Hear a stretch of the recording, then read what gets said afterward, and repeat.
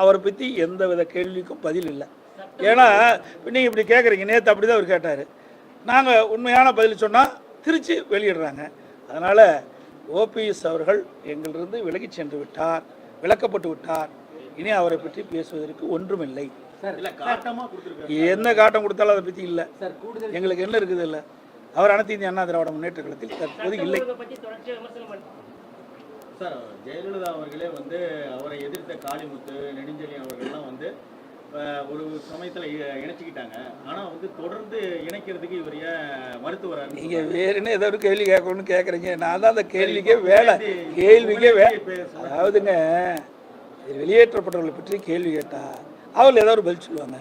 நீங்கள் ஊடகத்தில் விறுவிறுப்பான செய்தி வேணும்னு எங்கள் மூலமாக கிடைக்கிறீங்க. அது வேண்டாம். அவர்களெல்லாம் போய் கட்சி ஆஃபீஸை உடைக்கலை, கட்சிக்காரனை அடிக்கலை, கட்சியுடைய வாகனத்தில் நொறுக்கலை, அவரெல்லாம் பொருளை திருடிக்கிட்டு போகல.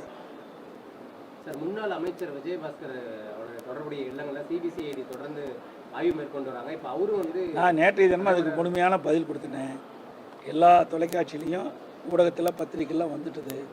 வேண்டுமென்றே திட்டமிட்டு திராவிட முன்னேற்ற கழகத்தில் இருக்கிற முன்னாள் அமைச்சர் செந்தில் பாலாஜியில் இன்றைக்கி அங்கே சிறையில் இருந்துகிட்டு இருக்காரு. அதற்கு எதிர்ப்பு தெரிவிக்கின்ற விதமாக பத்திரிகையிலும் ஊடகத்திலையும் எங்களுடைய இயக்கத்தைச் சேர்ந்த மாவட்ட செயலருடைய பெயர் வெளியில் வர என்பதுதான் இதெல்லாம்.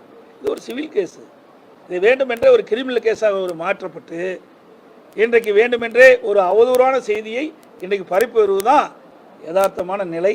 நானும் வழக்கறிஞர்கள்லாம் கேட்டேன், இதில் வந்து சிவில் கேஸ் தாங்க, இது வந்து கிரிமினல் கேஸுக்கு வராது.